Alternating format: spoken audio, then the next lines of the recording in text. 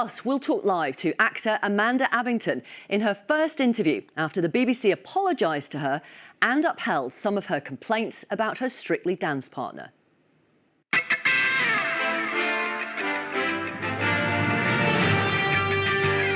Right, so Downing Street have announced that the Prime Minister is going to pay back £6,000 of gifts and hospitality. This is since he became Prime Minister on July the 5th. So what are we going to have? He is now going to cover the cost of 6 Taylor Swift tickets, 4 tickets to the races and clothing rental for his wife Victoria. Which I'd love to be in the stands, but that would be a massive and expensive policing operation. Thank you very much, Nick. Thank you. Next, we're going to speak live to actress Amanda Abbington. In her first interview since the BBC apologised to her and upheld 6 of the 17 complaints she made against her 2023 Strictly dance partner, Giovanni Pernice. Claims of physical aggression were not. Newsnight understands that of the claims that were upheld by the BBC, they include Mr Pernice gesturing towards his groin in rehearsals when Miss Abbington got some dance steps right and making inappropriate comments of a sexual nature. Mr Pernice, we understand, denied those claims. He has said on... So let's hear from Amanda Abbington now, and the nature of our conversation means that some of the language that we use may be strong. Yes. Thank you very much for being here. Thank you for having me. You have received an apology from the BBC. How do you feel about that? Well, it's nice. It's a relief that they have apologised. I'd like to point out that the allegations, a lot of the allegations were upheld and some of them were serious. Yes, there's been a lot of misinformation that's been out in the tabloids, which is that's just not true. Some of the things that have been printed, and some of the allegations, a lot of the allegations were upheld, and some of them were serious. Yes, there's been a lot of misinformation that's been out in the tabloids, which is that's just not true. Some of the things that have been printed, and some of the things that have been said.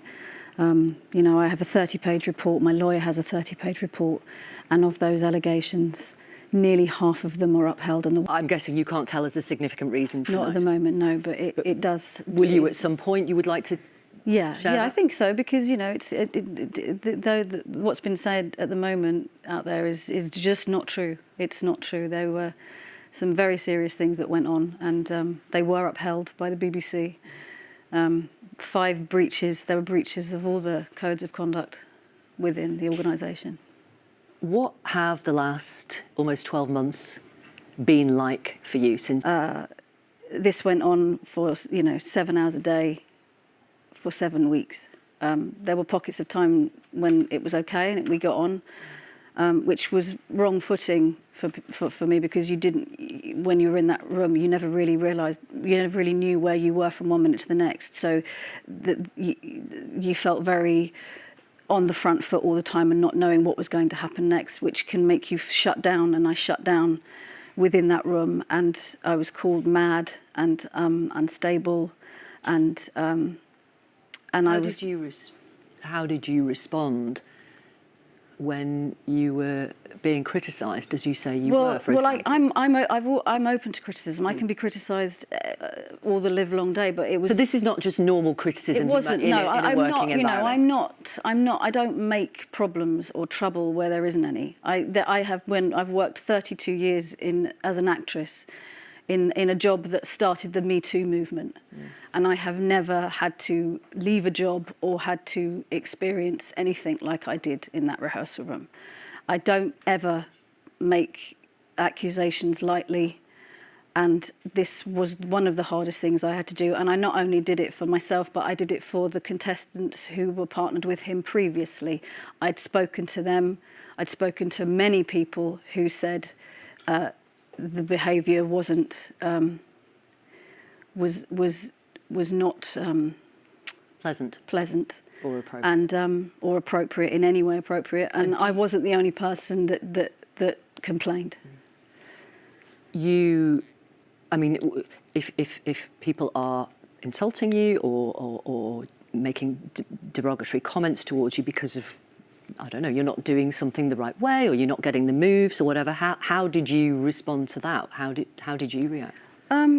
Well, I'd try and do it, and if I didn't get it right, there would be, you know, I'd get told off about it, and then I'd try again, and then there would be eye rolling and being called names, and this would go on, and the more I got it wrong, the more I would be shouted at, and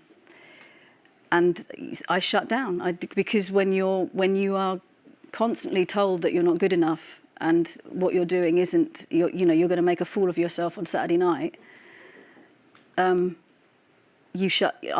don't respond very well to that sort of teaching, and I don't know of many people who do, especially, you know, people who don't or aren't dancers, or have no clue what they're doing.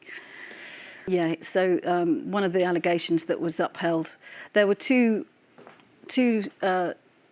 allegations of I've got a 30-page report, I'm so sorry.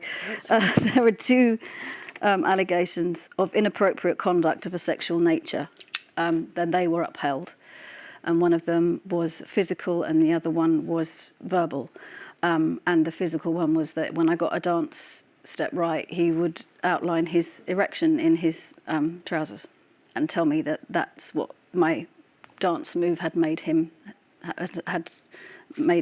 that happen, because I'd got it right. God. Yeah, and then the other sexual allegation was verbal. Right. And they weren't isolated one-off incidents. They were over a period of 7 weeks. So there were words. Yeah, and gestures. And the groin incident. Yeah. And I understand from... Sorry, I was just going to say, how did you react to that? Well, you kind of just, because you're in this bubble of Strictly and you're in a room with somebody and because I was, you know, I didn't really, I was either being called names and worked without a break, or this was happening. So it was very difficult to kind of, when you're in that bubble of that for 7 hours a day, you lose all sense of reality, and it becomes very difficult to kind of just focus, because you're constantly on the back foot of like, what did happen then? So it was sort of like, I kind of just looked and sort of just went, okay, like, you know, because only after the fact, when I got home, I'd be like, oh, wow, okay, that was... You manage it. You have to manage an unworkable situation, and it becomes incredibly difficult to get any degree of sanity within that. You feel it feels very distorted, and you lose all sense of reality in terms of like, what do I do with that? Should I? I mean, you know, in hindsight, you walk out and you don't walk back.